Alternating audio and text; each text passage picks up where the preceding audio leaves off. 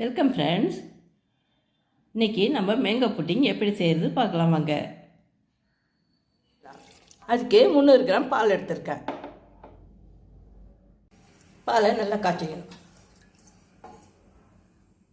இந்த அளவு பால் காய்ஞ்ச உடனே, ரொம்ப காயணும் பால் சாதாரண காய்ஞ்ச உடனே அதில் ஒரு 100 கிராம் கப்பில் 1 கப்பு சர்க்கரை போடணும்.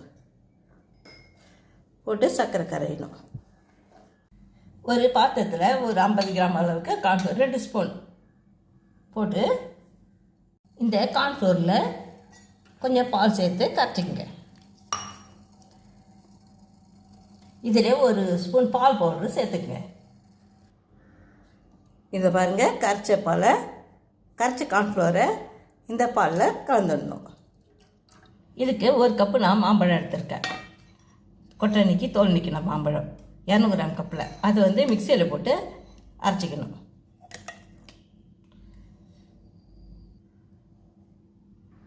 இதை பாருங்கள், இந்த மாம்பழம் மிக்சியில் அரைச்சது இதை அந்த பாலில் சேர்த்துடணும். இதை பாருங்கள், பாலும் கார்ன்ஃப்ளோரும் கலந்து இது மாதிரி நல்லா டேஸ்டாக ஆகிற வரைக்கும் காய்ச்சணும். இந்த பதம் வந்த உடனே நம்ம மாம்பழக்கூழை இதில் சேர்த்துடணும்.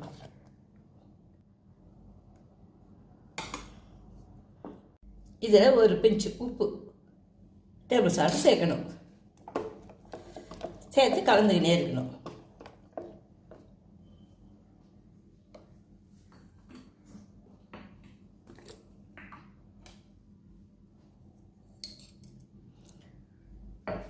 ஒரு 1/4 ஸ்பூனு ஏலக்காய் பொடி சேர்க்கணும்.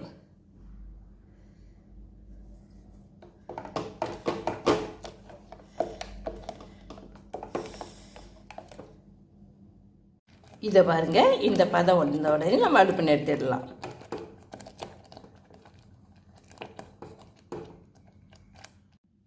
இதை பாருங்கள், ஆறிடுச்சு. இதை எடுத்து இந்த கப்பில் சேர்த்துடணும். இதை பாருங்கள், இதை எடுத்து ஃப்ரிட்ஜில் வச்சுட்டு ஒரு 2 மணி நேரம் கழித்து எடுத்துக்கலாம். இதை பாருங்கள், மேங்கோ டெசர்ட் ரெடி ஆகிடுச்சு. ஃப்ரிட்ஜில் ஒரு 3 மணி நேரம் வச்சுருந்தேன். இது மாதிரி வந்துடுச்சு.